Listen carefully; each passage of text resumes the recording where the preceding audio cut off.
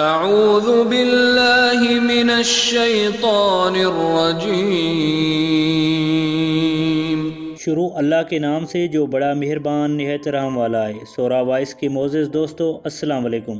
حضرت خولہ بنت ثعلبہ کا تعلق قبیلہ بنی اوس سے تھا۔ آپ کی شادی حضرت اوس بن صامت سے ہوئی تھی۔ اوس بن صامت مشہور صحابی حضرت عبادہ بن صامت رضی اللہ تعالیٰ عنہ کے بھائی تھے۔ حضرت اوس بن صامت بہت ہی بوڑھے ہو چکے تھے۔ بوڑھے پن کی وجہ سے ان کے لہجے اور طبیعت میں بہت ہی چڑچڑا پن آ چکا تھا۔ وہ چھوٹی چھوٹی سی باتوں کو لے کر اپنے اوپر حاوی کر لیا کرتے تھے۔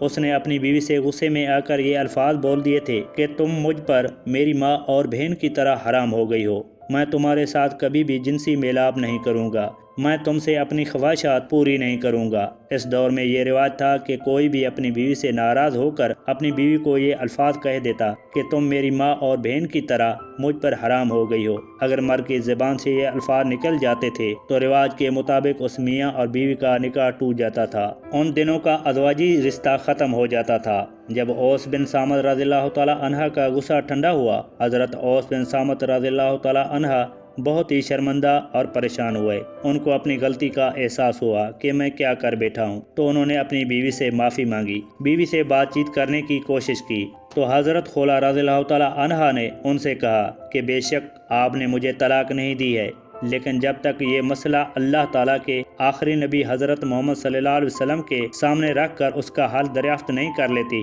میں تم سے بات چیت نہیں کروں گی۔ جب تک اللہ تعالیٰ اور اس کے رسول صلی اللہ علیہ وسلم ہم کو اجازت نہیں دیں گے تو تمہارا اور میرا ایک دوسرے کے پاس جانا ناجائز ہے، ہمارے تعلقات حرام ٹھہریں گے۔ حضرت خولہ رضی اللہ تعالیٰ عنہ نے اپنے خاوند کو کہا کہ تم پہلے حضرت محمد صلی اللہ علیہ وسلم سے یہ مسئلہ پوچھ کر آؤ، اس مسئلے کا حل نبی کریم صلی اللہ علیہ وسلم کیا بتاتے ہیں۔ حضرت اوس بن صامت رضی اللہ تعالیٰ عنہ نے اپنی بیوی خولہ رضی اللہ تعالیٰ عنہ سے کہا کہ مجھے اپنے گھر کا مسئلہ نبی کریم صلی اللہ علیہ وسلم کے سامنے پیش کرتے ہوئے شرم آتی ہے۔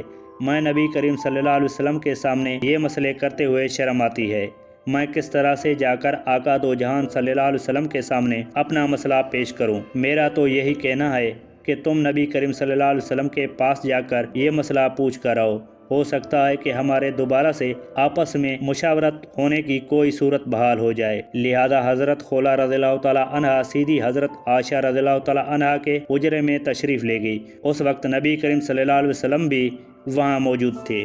حضرت خولہ رضی اللہ تعالیٰ عنہ نے سلام کیا تو نبی کریم صلی اللہ علیہ وسلم نے سلام کا جواب دیا اور فرمایا، اے خولہ رضی اللہ تعالیٰ عنہ، کس کام سے آئی ہو؟ حضرت خولہ رضی اللہ تعالیٰ عنہ نے عرض کیا، یا رسول اللہ، آپ صلی اللہ علیہ وسلم کو معلوم ہے کہ میرا شوہر میرا چچا زاد بھائی ہے، وہ بہت ہی بوڑھا ہو چکا ہے، وہ ذرا سی بات پر چڑچڑا ہو جاتا ہے۔ میں اپنے شوہر سے بے پناہ محبت کرتی ہوں۔ آج اس نے غصے میں آ کر مجھے کہا کہ تم مجھ پر میری امی کی طرح حرام ہو۔ خولہ رضی اللہ تعالیٰ عنہ نے عرض کی، یا رسول اللہ صلی اللہ علیہ وسلم، مہربانی کر کے اس کا کوئی حل نکال دیں تاکہ ہم دونوں پھر سے ایک دوسرے کے لیے حلال ہو جائیں۔ لیکن نبی کریم صلی اللہ علیہ وسلم نے ساری بات سننے کے بعد فرمایا، اے خولہ رضی اللہ تعالیٰ عنہ، اب تم ان پر حرام ہو گئی ہو۔ حضرت خولہ رضی اللہ تعالیٰ عنہ اور نبی کریم صلی اللہ علیہ وسلم اس مسئلے پر کافی دیر تک باتیں کرتے رہے، لیکن نبی کریم صلی اللہ علیہ وسلم نے فرمایا کہ خولہ رضی اللہ تعالیٰ عنہ، اب تم اپنے خاوند کے لیے حرام ہو گئی ہو۔ جب انہوں نے دیکھا کہ نبی کریم صلی اللہ علیہ وسلم نے فرمایا ہے کہ اب اس مسئلے کا کوئی حل نہیں ہے،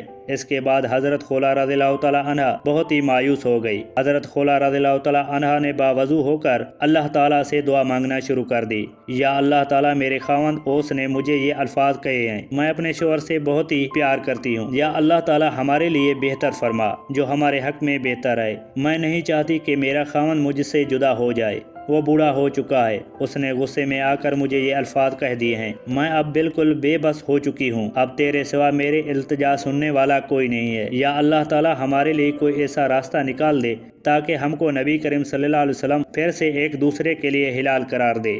حضرت عائشہ رضی اللہ تعالیٰ عنہ سے مروی ہے کہ حضرت خولہ رضی اللہ تعالیٰ عنہ نے اللہ تعالیٰ سے التجا اس طرح کی کہ ہم سب کے آنسو نکل رہے تھے۔ ہم سب گھر والے نے بھی اللہ تعالیٰ سے دعا کرنا شروع ہو گئے تھے تاکہ اللہ تعالیٰ سے حضرت خولہ رضی اللہ تعالیٰ عنہ کا مسئلے کا کوئی نہ کوئی حل نکال دے۔ ہم سب اس کیفیت میں دعا کر ہی رہے تھے کہ اللہ تعالیٰ کی طرف سے حضرت محمد صلی اللہ علیہ وسلم پر حضرت جبرائیل علیہ السلام وحی لے کر حاضر ہوئے۔ حضرت محمد صلی اللہ علیہ وسلم کی یہ حالت دیکھ کر حضرت عائشہ سمجھ گئی تھی کہ اللہ تعالیٰ کی طرف سے کوئی وحی نازل ہو رہی ہے۔ حضرت عائشہ رضی اللہ تعالیٰ عنہ نے حضرت خولا رضی اللہ تعالیٰ عنہ سے کہا کہ خولا رضی اللہ تعالیٰ عنہ فکر مت کرو، اللہ تعالیٰ کی طرف سے وحی نازل ہو رہی ہے، تم بے فکر ہو جاؤ، اللہ تعالیٰ نے آپ کے مسئلے کے لیے کوئی حل نکال دیا ہے۔ حضرت عائشہ رضی اللہ تعالیٰ عنہ کی زبان سے یہ الفاظ سن کر حضرت خولا رضی اللہ تعالیٰ عنہ پہلے سے بھی زیادہ غم زدہ ہو گئی تھی کہ ایسا نہ ہو کہ اللہ تعالیٰ کی طرف سے حکم آ جائے کہ حضرت خولا اور اس کا خاوند ایک دوسرے پر حرام ہو گئے ہیں، ان کی طلاق ہو گئی ہے۔ لیکن نبی کریم صلی اللہ علیہ وسلم کی کیفیت کچھ بہتر ہوئی تو حضرت خولا رضی اللہ تعالیٰ عنہ نے حضرت محمد صلی اللہ علیہ وسلم کی طرف دیکھا تو نبی کریم صلی اللہ علیہ وسلم مسکرا رہے تھے۔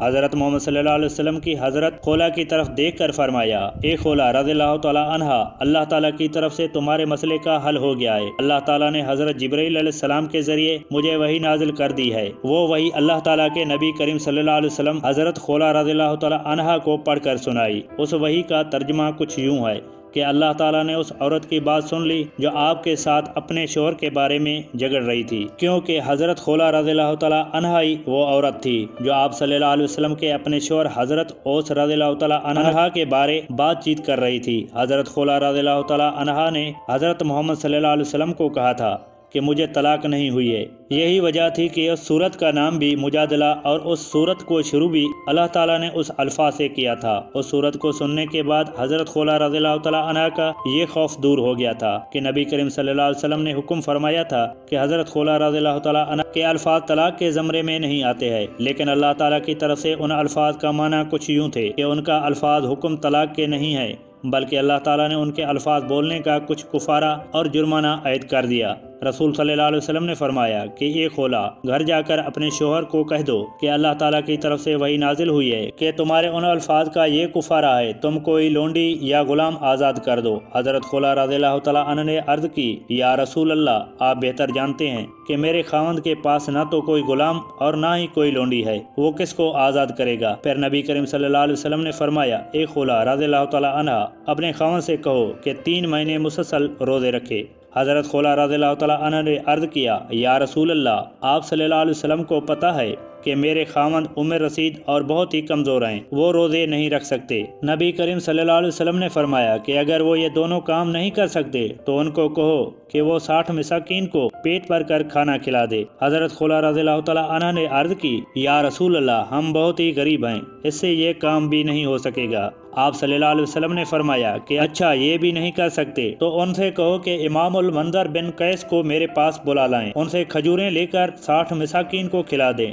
یہ سب کچھ سننے کے بعد حضرت خولا رضی اللہ تعالیٰ عنہ اپنے گھر کی طرف چلی گئی۔ جب وہ گھر پہنچی تو آپ رضی اللہ تعالیٰ عنہ کے شوہر نے دریافت کیا، کیا خولا نبی کریم صلی اللہ علیہ وسلم کا کیا حکم ہے؟ حضرت خولا رضی اللہ تعالیٰ عنہ نے فرمایا کہ نبی کریم صلی اللہ علیہ وسلم نے ہمارے مسئلے کا حل بتا دیا ہے۔ آپ صلی اللہ علیہ وسلم کا حکم ہے کہ ام المنذر بن قیس کو میرے پاس لے کر آؤ اور ان سے 62 کھجوریں وصول کر کے 60 مساکین کا صدقہ کر دیں۔ اس طرح حضرت اوس رضی اللہ تعالیٰ عنہ نے اپنے کھائی ہوئی قسم کا کفارہ ادا کیا۔ ہم کو چاہیے کہ ہر بات کو سوچ سمجھ کر کریں تاکہ ہم سے کوئی غلطی نہ ہو جائے۔ آج کی ویڈیو میں تھا بس اتنا ہی۔ ایسی مزید اسلامی اور معلوماتی ویڈیو دیکھنے کے لیے ہمارے چینل کو سبسکرائب کر لیں۔ شکریہ، اللہ نگہبان۔